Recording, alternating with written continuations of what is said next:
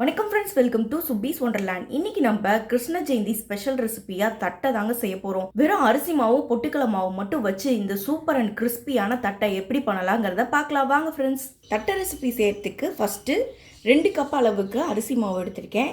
இது கடையில் வாங்கின அரிசி மாவு தான். 2 கப் அரிசி மாவுக்கு 1/2 கப் அளவுக்கு பொட்டுக்கடலை மாவு எடுத்திருக்கேன். இதையும் இந்த அரிசி மாவோட சேர்த்துக்கலாம். இப்போ இந்த தட்டைக்கு தேவையான அளவு உப்பு சேர்த்துக்கிறேன்.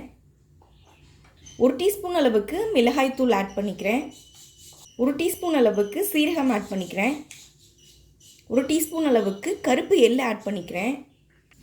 இதுலேயே 2 கொத்து கருவேப்பிலை 1-2 கிள்ளி இதில் சேர்த்துக்கிறேன். இதுலேயே 3 பல் பூண்டு 1-2 தட்டி இதில் சேர்த்துக்கிறேன். இதுலேயே 2 டேபிள் ஸ்பூன் அளவுக்கு உருக்கின பட்டர் ஆட் பண்ணிக்கிறேன். நீங்கள் பட்டர் தான் ஆட் பண்ணணும்னு அவசியம் இல்லை. இதுக்கு பதிலாக நீங்கள் 2 டேபிள் ஸ்பூன் அளவுக்கு எண்ணெய் ஆட் பண்ணாலும் பரவாயில்ல. ஃபஸ்ட்டு இதை நல்லா மிக்ஸ் பண்ணி விட்டுக்குவோம். அரை மணி நேரம் இந்த கடலைப்பருப்பை நல்லா ஊற வச்சு எடுத்திருக்கேன். இதோடைய அளவு 1/2 கப் அளவுக்கு எடுத்திருக்கேன். இப்போ தண்ணியெல்லாம் வடிச்சிட்டு இந்த கடலைப்பருப்பை இந்த மாவோடு சேர்த்துக்கலாம்.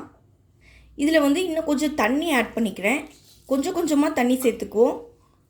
நல்லா மிக்ஸ் பண்ணிக்கலாம். பாருங்கள், இந்த ஒரு பதத்துக்கு மாவை பசைஞ்சு எடுத்துருக்கோம். இப்போ இதை சின்ன சின்ன உருண்டைகளாக உருட்டி எடுத்துக்கலாம். இந்த மாதிரி சின்ன சின்ன உருண்டைகளாக உருட்டும் போது நமக்கு மாவு எல்லாமே ஒரே அளவில் இருக்கும்.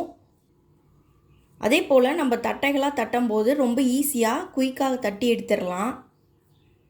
இதே மாதிரி எல்லா மாவையும் நான் உருட்டி எடுத்துகிட்டு வந்துக்கிறேன். இப்போ தட்டி எடுக்கிறதுக்காக பிளாஸ்டிக் கவர் எடுத்திருக்கேன். இந்த பிளாஸ்டிக் கவர் மேலே லைட்டாக எண்ணெய் ஆட் பண்ணிக்கிறேன். இது எல்லா பக்கமும் நல்லா தேய்ச்சி விட்டுக்கலாம்.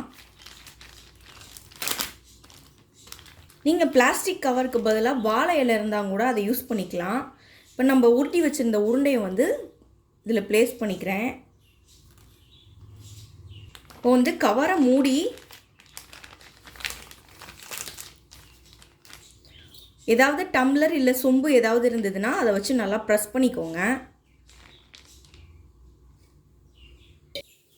இந்த மாதிரி தட்டி எடுத்ததுக்கப்புறமா நம்ம ஃபோர்க் வச்சு சின்ன சின்ன ஓட்டைகளாக போட்டுக்கணும். அப்போ தான் நமக்கு எல்லா உள்ளேயும் நல்லா வெந்து வரும். இப்போ எண்ணெய் நல்லா சூடாயிருச்சு. இப்போ நம்ம தட்டி வச்சுருந்த தட்டை ஒன்றையும் போட்டு ஃப்ரை பண்ணிக்கலாம்.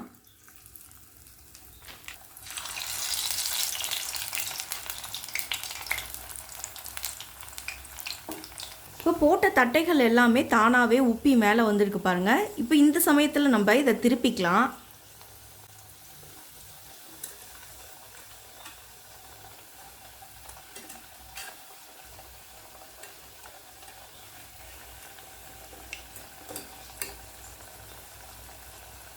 நல்லா ஃப்ரை ஆகட்டும்.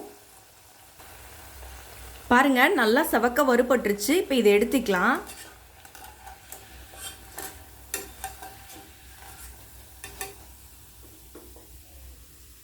இதே மாதிரி எல்லா தட்டைகளையும் ஃப்ரை பண்ணி எடுத்துகிட்டு வந்துக்குவோம்.